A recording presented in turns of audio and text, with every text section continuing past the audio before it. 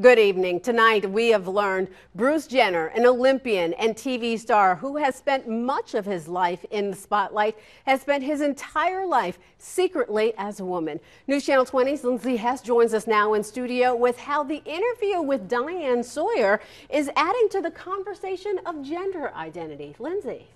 Maggie, the director of the Phoenix Center, Springfield LGBTQ Community Center, says the transgender community here in the capital city is larger than we could ever imagine. She says many people don't understand transgender identity and have many questions. And tonight we learned the story of a Springfield transgender woman and her journey for those answers.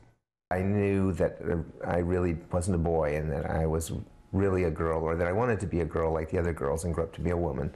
Tracy McCaffrey of Springfield was born a boy, but she says she knew at the age of 3 her gender was not the one printed on her birth certificate. The doctor takes a look at you when you're born and they tell your mom and dad you've got a boy or a girl, and that's pretty much all there is to it. But really, in fact, it isn't quite that way.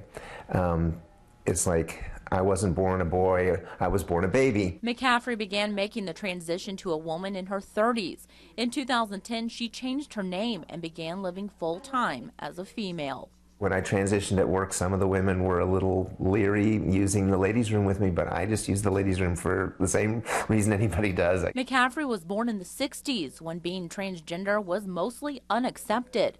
But now in 2015, transgender people are stepping into the light. So this is the age of the transgender. It's our moment in the sun. While the transgender conversation is now at the forefront, John Cooley, executive director of the Phoenix Center, says it's nothing new. We hear LGBT and people just kind of lump it all together, when in reality, the T is very separate.